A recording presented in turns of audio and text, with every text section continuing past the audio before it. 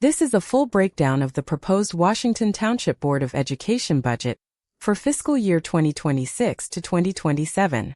We'll cover where every dollar goes, what it means for your property taxes, and when you can have your say. Here's the headline. As of the July 28 meeting agenda, Washington Township Public Schools hasn't publicly released the actual dollar figures for next year's budget. There's no total spending number, no tax levy amount, and no per pupil cost listed anywhere in the meeting materials. That's unusual, because these numbers directly decide your property tax bill. We'll walk through what is on the agenda, and where you can go to find the real numbers. Normally, a slide like this would break down spending on instruction, staff, transportation, and buildings, with dollar figures and year-over-year changes. But that data simply isn't in this agenda. What we do know is that in comparable New Jersey districts, salaries and benefits typically make up 70 to 80% of total spending. The state requires every district to publish a simplified summary called the user-friendly budget. That's where residents should look for the real percentages. The single biggest section of the July 28 agenda is human resources.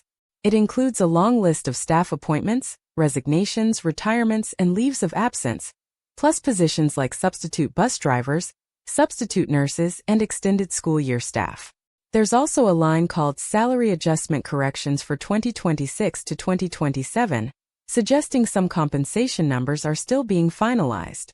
None of this comes with dollar totals, but it shows where a lot of budget activity is happening. Transportation shows up repeatedly in this agenda, especially around extended school year programs for special education students. There are substitute bus driver and transportation assistant items, plus a separate parent transportation contract. Again, no costs are attached to these line items in the materials reviewed, but they point to an active, ongoing expense category for the district. Special education tuition placements, including some rescissions, appear on the agenda under Extended School Year Services. These are federally required programs for eligible students with disabilities, and they typically require the district to arrange separate contracts and staffing every single year. As with other categories, the specific dollar amounts aren't part of the published agenda. Beyond staffing and transportation, a few facilities items are up for action, including an interlocal agreement with the township, a parking license agreement, and the disposal of some fixed assets. There's also a separate food service financial report, which in most districts operates close to a self-sustaining fund, covering its own costs through meal sales and reimbursements, rather than the general tax levy. Here's the honest answer on tax impact. Without a published tax levy figure or average home assessment for this budget cycle, there's no responsible way to calculate what this means for your property tax bill. Once the board secretary's report or a budget presentation with levy numbers becomes public, that calculation is usually straightforward. Until then, homeowners can request it directly from the district's business office. One notable item on the agenda is a formal resolution for requisition for taxes. In plain terms, this is the board taking action to draw down local property tax revenue to fund district operations. It's a routine, recurring type of resolution, but the specific dollar amount being requisitioned isn't included in the agenda text reviewed for this report. One change families should watch closely is the revised 2026 to 2027 district calendar, which appears twice on the agenda, once as a discussion item and once as a revised report.